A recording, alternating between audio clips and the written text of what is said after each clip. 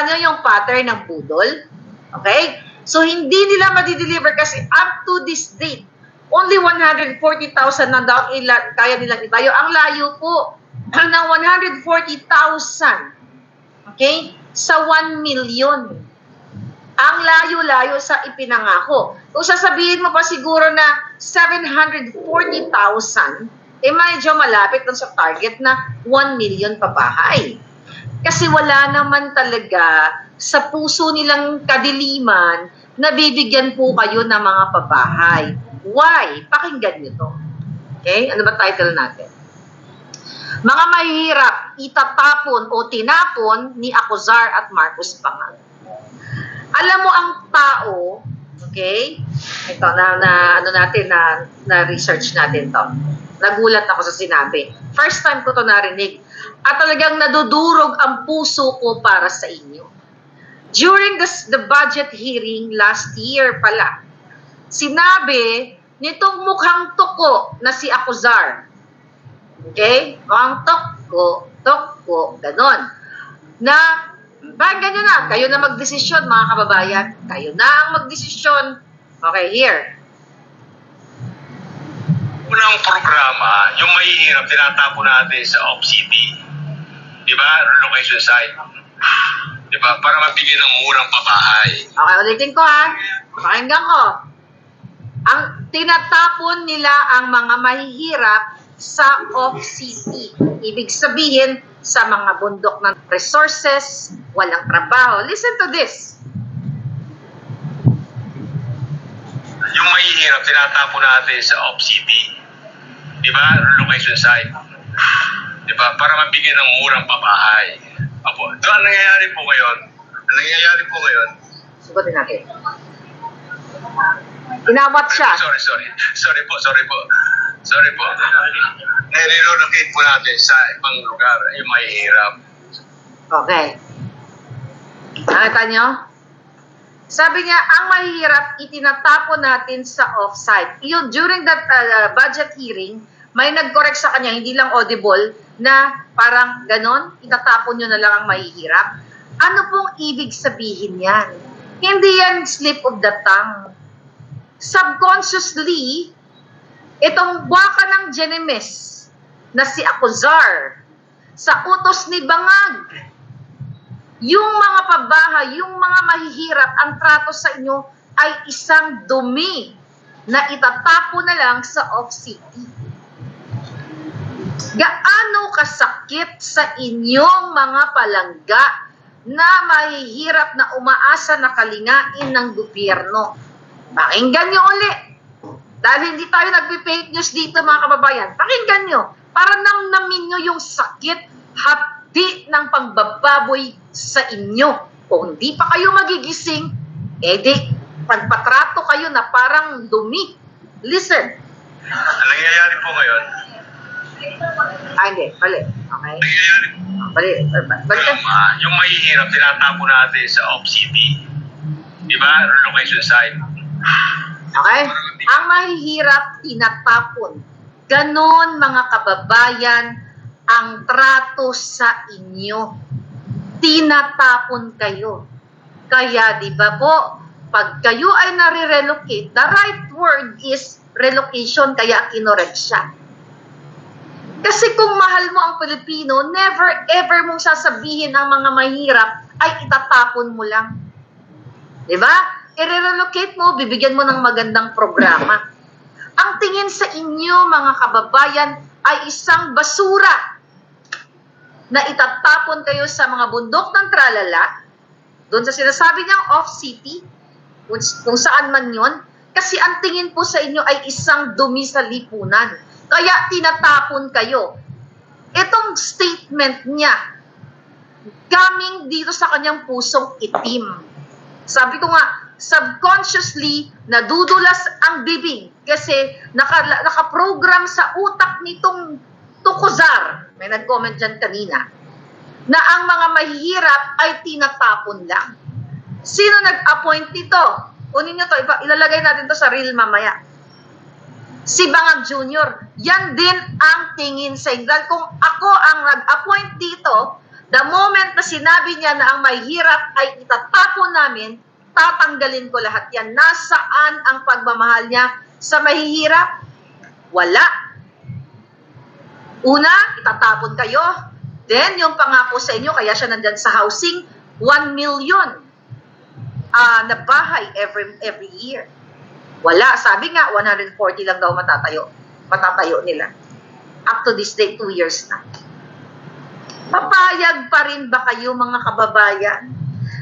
Sobra na ang kababuyan ng gobyernong ito. Ang tingin po sa inyo ay dumi sa lipunan. Wala po silang pagmamahal sa inyo o pagbibigay sa inyo man lang ng honor as a human being. Na pag kayo ay mahihirap at nangihingi ng mga libreng bahay sa government, ang tingin sa inyo ay basura. Unang-una, mga kababayan, hindi po nila pera ang binibigay dyan sa mga pabahay na yan. Kaya, di ba, itong akusar na ito, may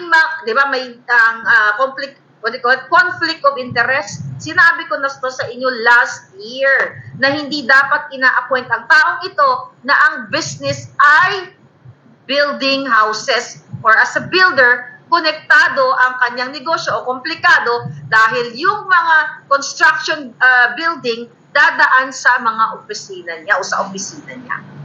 The reason why, sinabi natin sa inyo, ayon sa Puting Ahas, planado po ito ni Lisa Canas, ni Bangag Jr. na i-appoint yung mga dating dilawan kasi yalo na yung mga magagaling magnakaw.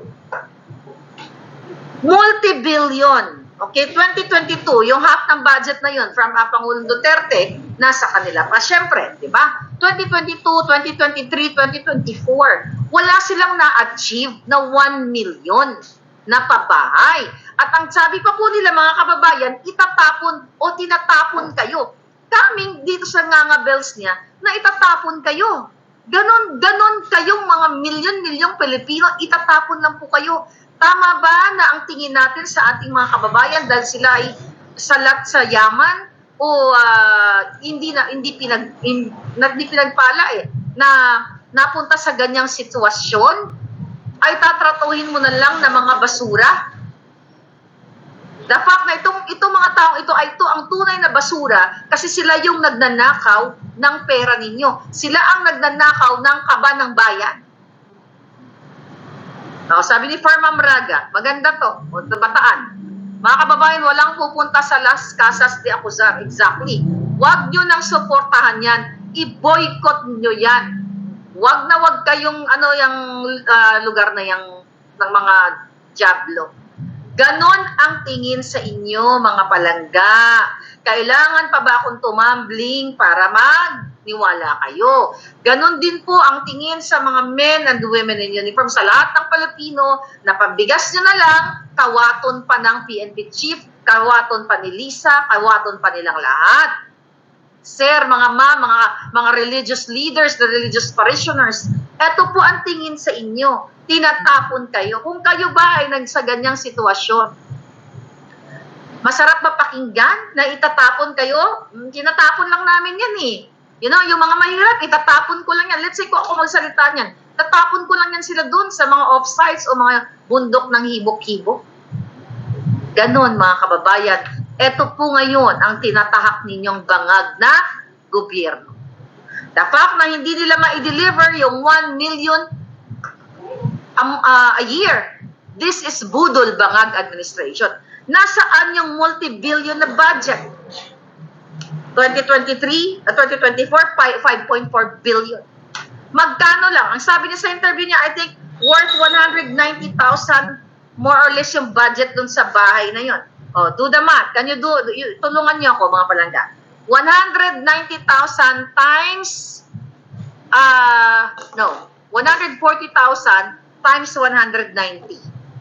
Okay, 190,000 pesos times 140 units. Okay, tulungan nyo, you do the math, mga palangga. Compute natin kung magkano yan, ibabangga natin ngayon sa budget. Okay? Sa budget nila. Okay? How much? 26. Is this right? 190,000 Times 140. Okay, 2 billion. Okay? So like 2 billion, 2.66. Okay, so ang budget nila is 5.4 billion. Okay, kung totoong 190,000, baka mamaya yung halaga ng bahay, 50,000 lang. Diba? 2 billion. So saan napunta itong, let's say, magkano sukli? 3.4 billion. Nasaan? Bakit 140,000 lang ang kaya nilang i-deliver? Nasaan ang 3.4 billion mapupunta? Well, sa mga expenses, At hindi pa po ito na ipatayo, itong 140,000 na ito. So what's the point na magkakaroon ng budget yung buwaka ng GNMS sa mga nakaupo dyan na multi-billion, walang ma-deliver na result? Yeah, mga kababayan. Diba? Is it? 26M o billion? Mali ba yung computation ko? 190,000 pesos times 140. Oh, you're right. Kasi na 140,000 pa lang yan ako. 26.6 million lang. Tama. Thank you for correcting me. Megawatt. Ayan, thank you. So, iti-times ko is 140,000. 100. No. Ito na tayo. Nakakaloka. Okay. Times 140,000 units. Okay. 2 billion palangga. 2 billion. Alright. So, ngayon, mga kababayan. Okay? Alisa lang mali yung calculator ko. Okay? So, ngayon, mga palangga. So, dito nyo nakikita. Okay? Dito mo makikita kung paano kayo tratuhin. Okay? Paano kayo tratuhin ng bangag na gobyernong ito. Okay? Paano kayo tratuhin ng bangag na mali daw. O sige, mamaya na tayo. Mag-reconcile tayo mamaya. Isabi ng calculator ko, 2.6 billion daw. I cannot mano-mano right now. Okay, sige, fine. Alright, mag-settle tayo mamaya. 26 million o 2 billion, may sobra pa rin yung pera. Okay? May sobra pa rin yung pera. Ngayon, ang pinaka-topic natin dito, yung pagtrato sa mga mahihirap. Palpak na po itong gobyernong ito. Dahil sobra na ang kanilang kabangagan. Ang pera ninyo ay binubulsa nila. Ang pera ninyo ay pinupunta nila sa kanilang mga offshore accounts. Baka daw yung calculator ko. Possible. Okay. Manakay Marcos Jr. Mga palangga. Okay. Ano gagawin natin ngayon? Sabi ko, you get out from your house at mag-speak up kayo. Bago mag-SONA, kailangan mag-speak up na kayo lahat. Ipakita ninyo sa bangag na gobyernong ito na hindi kayo basta-basta itatapon lang. Dahil patuloy nilang binubusabos ang Pilipino. Bakit patuloy kayo binubusabos, mga kababayan? Okay? Maliban sa niloloko kayo ng Bangag Junior na mayroong 29 pesos na bigas from Kadiwa, subsidized by the government. Okay? Temporary lang. At, ano tawag doon? Meron nagsabi yung bigas na hindi makain. Diba? Hindi makain at 29 pesos. O, sabi ni Wilfredo, 75,000 lang, sabi niya, tignan mo, 75,000 lang per unit, ma'am. Kasi duplex naman ang pagkakagawa, kaya mura lang. Tsaka, di quality ang gawa. Kita mo, may nag-comment pag 75. Yun ang nga sinasabi ko. Di ba? Yung sinasabi nilang 190,000, hindi yung totoong 190,000. Magkano pa? Di ba? Magkano? O, sabi mo nga, 75,000 pesos. But again, kaya tignan niyo yung mga pinapagawa nilang bahay. Walang palikuran. Diba? Tama ba? Meron ba dito nakakaalam, nakapunta na kayo, na baka yung CR is centralized. Yung katulad ng ginawa ng mga dilawan na nagkikitaan kayo ng toilet bowl. Diba? Naalala niyo yun, ang panahon ni Noynoy? Nagpagawa sila ng CR, doon sa, hindi ko lang, nakalimutan ko na kung saan lugar yon. 4 yata nakahilerang CR, tapos nagkikitaan kayo doon na baka umiihi or something. Diba? So, ganon din. Ganon ba? May mga nakatira ba ngayon doon may naitapon ba sa inyo ng gobyernong ito? 26 million. Mag-settle na tayo. sa 26.6 million. Okay, go. Dahil ang dami ko nakikita ang comment. So, you compare the 5 billion budget, okay, 5 billion plus 26 million. Nasa na? O sabi ni Palangga, yes ma'am, substandard lahat ang gamit. Substandard. Paano mananatili ang isang mahirap doon kung wala kung substandard, walang CR, walang tubig? Natural, kahit bigyan mo ng bahay o kahit itapon nila kayo doon, grabe ang pananalita ni Akuzar, itatapon kayo doon kung walang mga livelihood program at mga linya ng tubig at kuryente, babalik ka kayo sa Maynila. Pipiliin nyo pang tumira sa mga tent o sa mga kalsada, di ba? Kasi pag nasa Maynila kayo, medyo may access kayo kahit papaano. Pupunta lang kayo sa mall, may CR, may tubig, di ba? May mga ganon. So, itong utak, di ba nga, kasi pag gumawa ka ng proyekto, hindi ka lang magpapatayo ng bahay. Magpapatayo ako ng bahay kasi itatapon ko ang mga mahihirap dito.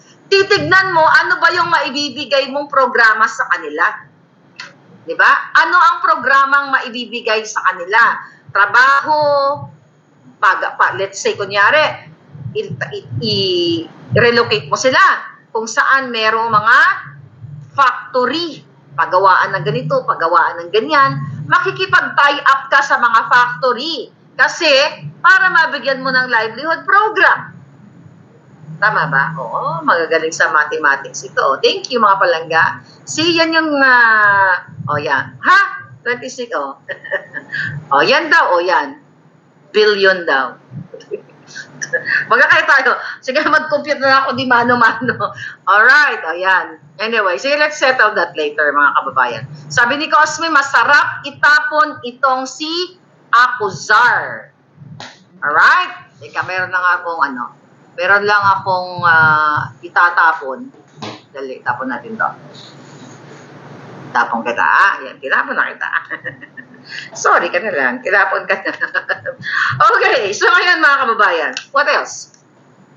Recently, ang camp ni Pastor Quiboloy, okay, ang camp ng SMNI ay kinasuhan itong si Abalos.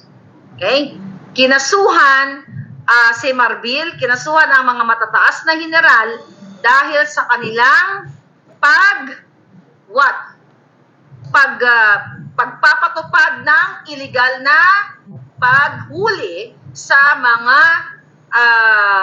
KOJC members at doon sa pag-search, pag-aresto nila, pag-search, pag-alugog nila, pagsira nila sa mga property na walang search warrant. So tama yun. Attorney Torion, tama yun na tayo naman o kayo naman ang pumasok sa mga lintik na ito.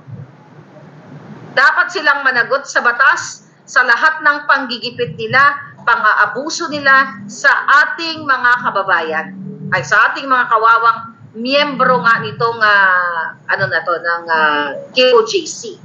Imagine niyo mga palangga, nagsisinungaling sila na nung una hindi daw nahuli itong si Canada, then yung pala nahuli nila, then mag-aaresto sila nang wala silang mag-search sila nang wala silang search warrant. So ito ay dapat na hindi lang, sabi ko nga mga kababayan, kulang yung tiga ng kalamansi sa mga inayupak na ito na nagdadampot o nanggigipit dito sa ating mga kababayan na labag sa batas.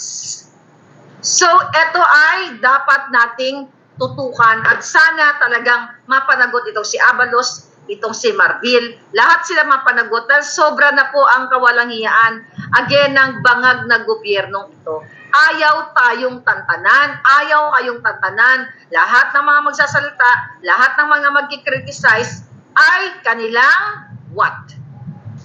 Kakasuhan, gigipitin, at tayo naman ang magkakaso. Ayon nga kay Jason Sa, okay?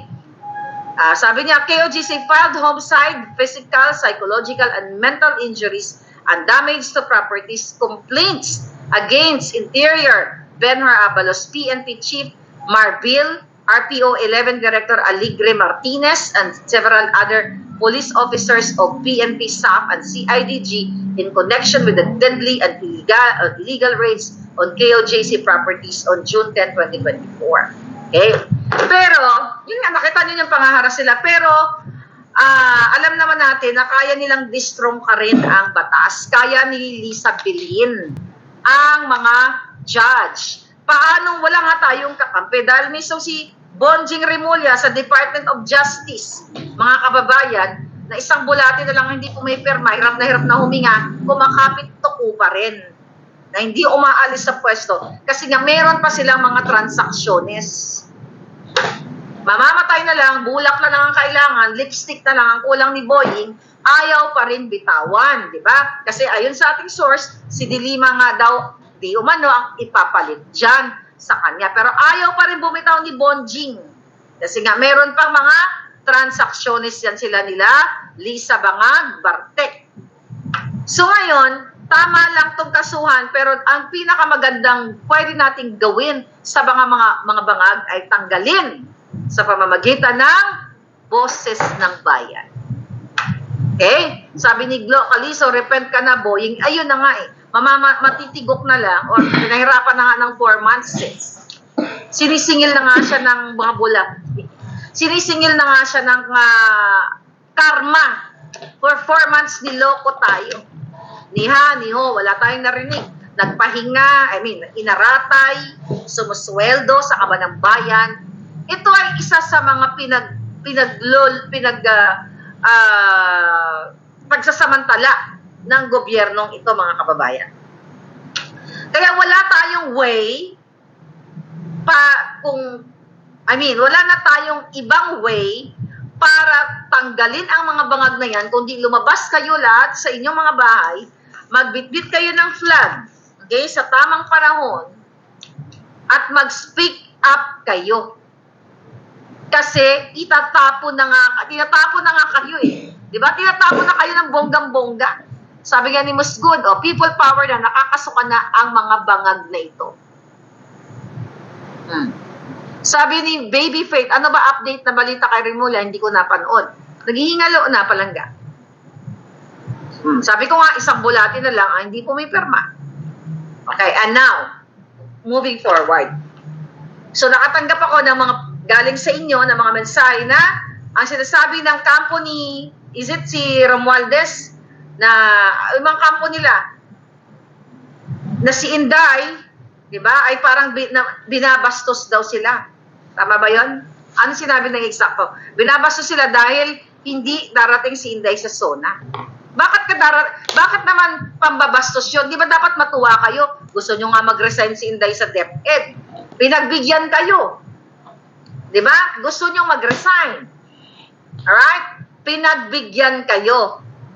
Tapos ngayon, ayaw niya nang totally kinat niya na yung ties sa mga bangag. Galit pa rin kayo. St. Peter. Sabi ni Sally Kigochi, ayan, St. Peter is waving kay Bonjing. Okay? Galit pa rin kayo. Bakit naman si Inday Sara ay a-attend sa SONA, in-appoint niya na yung sarili, dinesignate niya na sarili niya as designated survivor. Natataranta kayo kasi baka mangyari yung katulad sa Netflix series. Yun ba? Isoltik to mga to. But ganun pa man, kinu-question pa nila bakit hindi a-attend si Inday. Ganyan-ganyan. Binabastos ang presidente. Oy, kulang pa yan sa presidente ninyong bangag. Dapat nga yan, kinakalis pa, tinatanggal ng bonggang-bongga, hinihila ang mga paa ng taong bayan. Sabi ni Miss Gojet, takot silang majomba. I know. Di wag na kayong, kung mayroon kayong takot, kasi mga paranoia kayo, di wag na kayo mag-SONA dyan, ilipat nyo. Ilipat nyo ang location para tamang hinala kayo, di ba? Tamang hinala to mga to. Bakit naman, tapos pati si Senator Bato, hindi rin natin. Ako ay challenge all of you. Lahat ng galit kay Bangag sa kanyang pinaggagawa. Kayong mga kongresista, yung iba mga nagre-report sa akin, na kayo ay sukang-suka sa ibangag, nakikisama lang kayo, dadadala kasi wala kayong magawa, dahil tatanggal kayo ng budget, senator lahat. Huwag kayong umattend ng SONA kung totoo yung pinagsasabi ninyo. Bakit kayo a-attend sa isang SONA na mga bangag? Wala namang sasabihin yan. Ano i-report niya sa inyo? Na ang asawa niya ay kidnapper, nag-extract ng 2 bata sa Turkey. Buti sana kung yan ang i-report niya. Di ba? At least may pag-amin. Ano i-report nila ni Coting? Tama bang pakinggan? Okay, anong i-report ni Marcos Jr.? Na siya ang mastermind ng smuggler at pinababayaan niya si Michael Matt at si Martin Arrenta, Tambaluslos, sila Rubio lahat sa Bureau of Customs. Oh, yan dapat ang nire-report yan. Yan ang SONA ko. Okay? Mamili na lang kayo. Magsusona ba si Inday? Parang may nabasa ako. O kung magsona si Inday, ayun, dapat magsona siya. Kanya-kanya tayong sona. Magsona si Inday, magsona kami. Snorting of the national amats. O state of the narco addictus benedictus. May nabasa ako kanina. Designated survivor is waiving, sabi ni Alma Yulo. Oh, Kuting Bangag report. So ano i-report niya? Unang-una yung 20 pesos na ang kilo ng bigas, hindi na natupad. Yung 1 million niya na pabahay, hindi natupad. Oh, nasaan yung build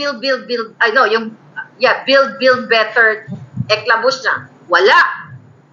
Ano report niya sa inyo? Yung pag-travel niya na puro pledges. Nasaan na yung pledges? May natuloy ba dun sa mga pledges na yan? May ipinagmalaki ba sila? Wala. Ano yung report niya ni Marcos Jr. sa inyo? Yung pagpa-party nila every night sa Malacanang? Yung agaw ni Lisa Tanas ng alak, pag-agaw ni Bartek ng alak kay Chis Escudero. Yan ang mga iulat. Wala na, ano ang iulat niyan? Supposedly, yung SONA na yan ay ulat sa bayan. Kung ano yung mga nagawa nila. Anong nagawa nila? Pahirapan, manggipit ng mga maisog group. Mag-file ng mga fabricated crime. Mag-appoint ng sekreto, katulad kay, ulit-ulitin natin, kay Michael Ma. Andito po lahat, halos. Okay? Itong book ni Attorney Vic, you know, you must have a copy. Pero wala pa. Sa US, di pa po dumarating yung ating kopya. On the way na. So sabi ko naman sa inyo, mag-email lang kayo ng bonggang-bongga at kada moment na makakuha tayo ng stocks, you know, ipapadala natin. Ikukontakin ko kayo. So, ang kukontak lang sa inyo yung email na yan, ha? Maharlika Network at Proton Mail and number ni Rolly o ni Rolando. Okay? Yung pangalan yan, tandaan mo. Rolly at Rolando, yan siya kasi in charge sa nagdo-document, accountant kasi siya. So, I'm not good at that. So, siya lahat. Okay? So, yun lang yung taong yun dito sa o-orderan yung book. Sasagutin ko kayo, then I will forward you to Rolando. You must have this book kasi andito ang mga pasabog ni Attorney Vic Rodriguez. Sabi Mama Ribik Takayama, baka i-report ni BBM, yan, baka i-report ni BBM yung, ano yun? I-report ni Bangag, sabi ni Joyce pala, of USA, ni Bangag ang inventong magandang nagawa niya. Definitely, puro invento yan, palangga. Puro dadadadada. Sabi ni Farman Braga, dadadadada. Alright? Mag-party, mag-inuman, pagtaas ng bilihin, travel anywhere with the expense of taxpayers, paggurgur sa mga kalaban na walang kalaban-laban. That's true. Watching you from Hong Kong, si Shirley Miguel. Yeah, so yan yung i-report niya. Yan, wala naman siya. Ano ba nagawa ni Marcos Jr., by the way? Maliban sa panggigipit sa atin lahat. May nagawa ba? O, ipacheck na natin sabay-sabay ang mga ni Bangag, sabi ni Benton. Hanggang ngayon, di siya nagpapupulburon test. Patuloy siya nagpapakita ng mga manifestations ng isang bangag. Anong gagawin natin? May gagawin ba itong si Amy at saka si Inday? Kasi recently, 3 days ago, nasa Cebu sila. Okay? Nasa Cebu si Inday at saka si Amy at close na close pa rin ang dalawang mag-BFF. Ano ang gagawin ng mga yan? Yan ang kinatatakutan ni Lisa Tanas. Kasi, baka, pabum-bum-bum daw. Para ipabum-bum-bum daw ang Congress. Okay? So, na sila po ay mga nataranta. Dahil doon sa designated survivor na sinasabi ni Inday, baka ipa-boom-boom-boom sila. Samantalang ito si Inday at ay abalang-abala sa kanyang mga engagement dito sa Cebu at namataan nga sila dalawa ni Amy Marcos. Sabi niyo, ano ang point of view niya? Ayan pa rin si Inday ayan. Silang dalawa. Ang dami mga estudyante. Ano sabi ni Inday dyan? That was 2 days ago. National School Press Conference Opening Program, Caracar City, Cebu. Okay?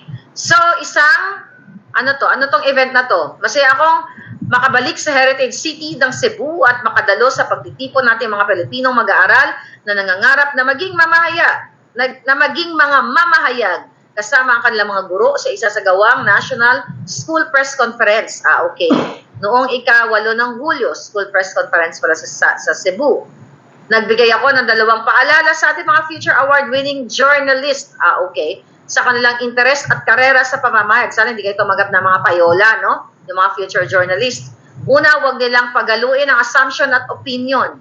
At pangalawa, ang tapat at makatotohanang paghatid ng balita. Tandaan natin na ang bawat isa sa atin ay may kakayahan at tungkulin sa pagsusulong ng mga pagbabago na ating makakamit sa pamamagitan ng malayang pamamahayag. Huwag kayo tumulad sa mga mainstream media na sinungalingan ni Lisa ang kanilang mga ngangabels. Ayun, tumahimik na sa kababalita na naturingang Fourth Estate. Pero naging, kasabwat. Ayaw iulat ang mga katotohanan. So anyway, kasama na si Amy Marcos dyan. Anong drama nila dyan? Ayan, 2 budol queen daw. Well, inaantabayan na natin na baka meron nga silang gawing boom, boom, boom. Not the literal boom, boom, boom. Baka yung isang boom, boom, boom, right? What do you think? Sabi ni Manong-Manang, Amy, manggagamit at spy yan. Pwede rin yun. Pwede rin. Eto kasi yan Okay. 2 lang yan. It's either na totoong siya ay may gagawing boom, boom, boom. Whatever that boom, boom, boom, baka siya na mismo baka siya ang maglabas ng video. Diba? Or spy. Tumidikit kay Inday, pwede daw, sabi nag-comment, tumidikit kay Inday para malaman niya yung mga galaw ni Inday. I think natuto na si Inday. Diba? Sabi ni Megazord, Amy, Trojan horse yan. Pwede, possible lahat yun. Pwedeng totoong tandem sila dahil paraw silang nabudol. Well, binudol din tayo ni Amy dahil sabi ko nga, binudol tayo kasi alam niya adik yung kapatid niya. Alam ni Amy, ito na nga, Senator Amy, nakakita mo, Senator Amy, for sure, may nanonood ng mga staff mo. Okay? Shout out kay Ina Reformina. Okay. Okay. Ano ba sa ating comment? Sabi ni Solid Maharlika ako, maganda yung sinabi ni Palangga. Okay, tama, she learned her lesson. Okay? Ganito kasi yan. Kung totoo, kung totoo si Senator Amy ay totoong para sa Pilipino, lagi na sinasabi na yung kabutihan ng tatang niya, yung kabutihan lang na ginawa. Okay? Hindi yung kasamaan. May gagawin siya bago magsona. Right? May gagawin siya, whatever, kung ano man yung gagawin niya. Ayaw ko siyang pangunahan. May gagawin siya kung totoong para sa Pilipino. Sabi ni Ban Wiwo, blood is thicker than water. Totoo ka dyan. Pero pwede rin may porsyento na pwede siyang mag-ngangabels. Okay? Pero, kapag patuloy na ganyan, let's say kunyari, after ng sona ni Marcos Jr., is ganun pa rin yung portrayal nilang dalawa. Huwag na tayong umasa. Why? Kasi, last year, ang sinasabi ng mga magagaling na abogado, we're just waiting for 2 years, for June 30, kasi gagayahin yung Gloria rule, di ba? Doon sa ERAP Gloria na after 2 years na reach ni ERAP, di ba? Si Gloria kumalas sa gabinete ni ERAP, then yun naging designated survivor siya. So, pwedeng ganun din. Okay? Pero, ang pinaka-crucial The time. Ano nakita ngayon? July 13 na. Next week. Next week, yun yung pinaka-crucial time. Titignan natin yung mga galawan nila. Tingnan natin yung galaw ni Amy. Kasi alam ni Amy na si Marcos Jr. ay adik.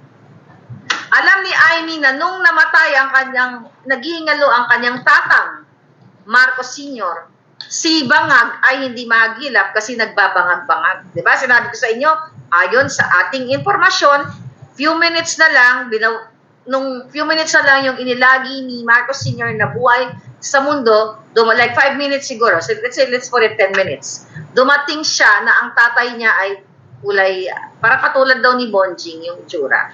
Kasi may problem sa kidney and liver, di ba? Okay? So parang ganyan. Parang ang itsura ni Marcos Sr.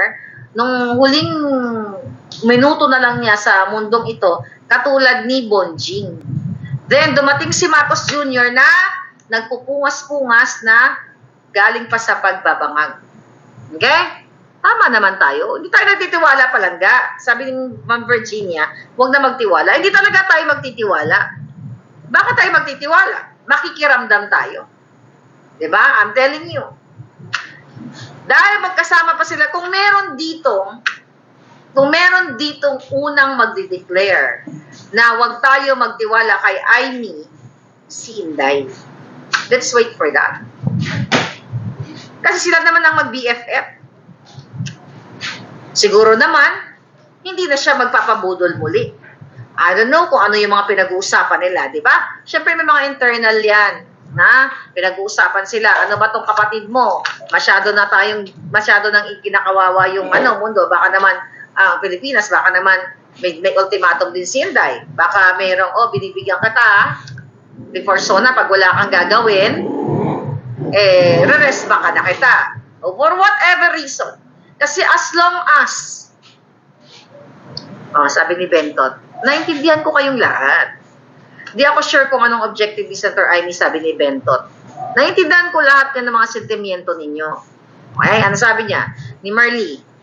Ni Merl. Maybe both Senator Amy and Sara are doing something to protect BBM. We cannot believe everything we see in Yes, in SOCMED, social media. No. I don't think that. Do you think protektahan ni Inday si Bangag? Palangga? Sabi ni Epi, last card. Okay, nasa na yun? Ba't ang bilis ng mga comment ninyo? Okay. Sabi ni Hazel Corpus, kaya yan si Amy na mumulti ka for family only. Of course, mga palangga, talagang yan ang malaking porsyento. Kaya sabi ko nga sa inyo, nag-cut na ng tie si Inday kay Bangag sa kapatid ni Amy Bangag. Okay? So, I think, hindi si Inday makakarating sa ganyang decision making kung wala siyang nakitang mga bagay-bagay na pwede niyang gawin o nilang gawin. Hudyat yan eh. Very cryptic yung mga messages na binibitawan niya. Diba? Although, she is unpredictable. Kasi nga, ginajam niya yung mga bangag.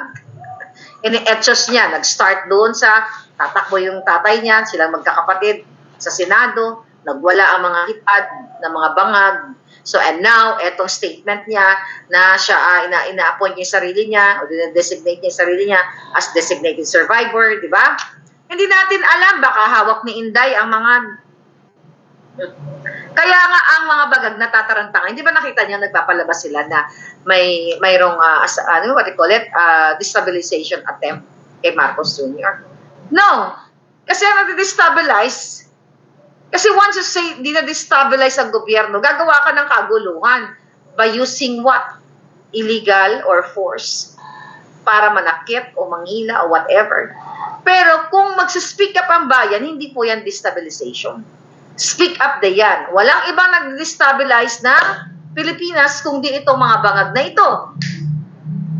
Sila ang nag-destabilize sa pangawat, smuggling, alam nyo na yan, mga kinasasangkutan nila pag-deposit sa offshore accounts ng mga budget, okay, ng mga program funds, ng smuggling money, extortion money, lahat. Ano na ba ang nangyayari sa Pilipinas ngayon? Sige nga, ano ba? Kayo ang nandiyan dyan. Wala, di ba? Ang kapal ng mukha nila.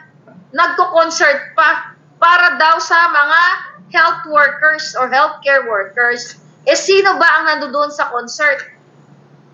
Di ba mga gabinete niya? Kung yan ay para sa healthcare workers, bakit ang inimbita halos lahat ng kabinete niya, okay, mga gabinete niya nandoon, mga kaklase ni Lisa na taga-DC at expense paid ng gobyerno, kung yan ay para sa healthcare workers, dapat ang inimbita ay mga nurses, doctors, midwives, at kung sino-sino pang mga healthcare workers. Yan ang nangyayari. Hindi nyo ba nakikita yung iba? The reason why kasi yung iba, hindi sila aware kasi number one, they can't afford. Kumusta ba yung ano dyan, yung internet? Ano, yung data, di ba? Hindi kayo nakakanood sa YouTube. Hindi kasi lahat naaabot ng boses natin. Na dapat, ang merong tungkulin yan is the mainstream media na iulat nila na si Lisa ay nangidnap sa Turkey. Na si Marcos Jr. ang nag-appoint ng isang smuggler, na maraming smuggler. At si Marcos Jr. ay pinababayaan niya ang kanyang kapatid ni Lisa na si Martin Araneta, according to our source, na nagpiprinsipe at gusto pa niyang tawagin siyang prinsipe dyan sa Bureau of Customs na patuloy sila na nagsasmuggling business. Yan ang mga, nandito sa book ni Attorney Vic yan. Nandito yan mga palangga, alos yung mga pinagmangalngal ni Marlica. So yaan ang nangyayari ngayon. Araw-araw ng buhay ninyo, mga kaluoy naman kayo mga palangga. Araw-araw wala kayong nahihita sa gobyernong ito. Okay.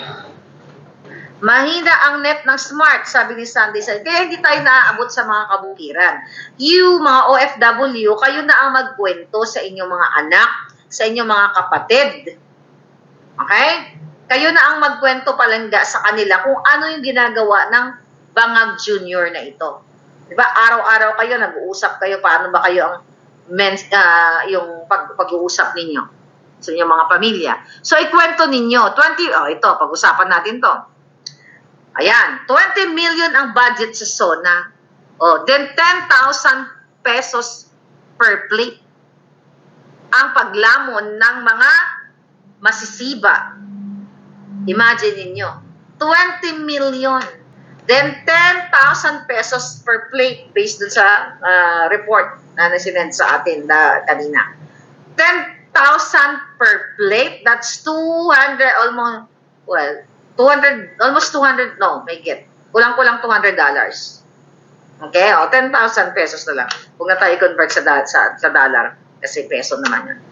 10,000 pesos. Anong pagkain yan? Ano ang isi-serve sa inyo?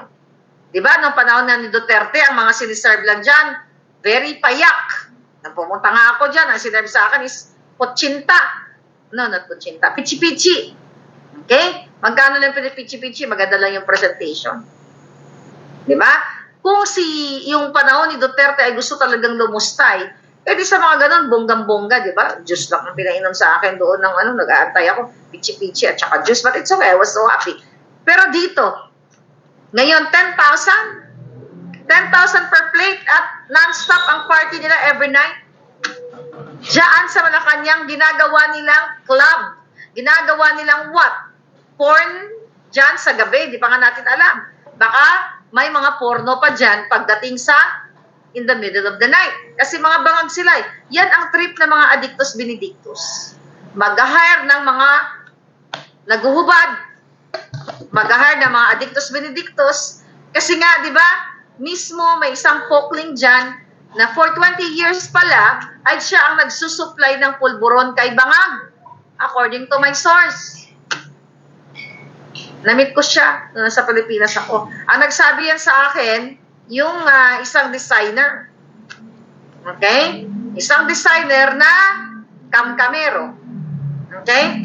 Na ito ay what? Nagsusupply ng pulburon o ng pagsingot ni Kuting kay Lisa. Kaya what do you expect in this kind of government? Ang mga bakling, okay, na nakapalibot kay Lisa may kanya-kanyang toka. Mang-scam o yung isa, mag-provide ng pulburon. Diyan po sila nabubuhay.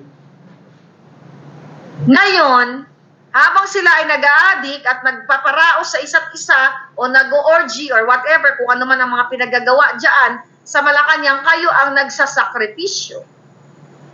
Dahil ang mga pangako para sa Pilipino walang natupad.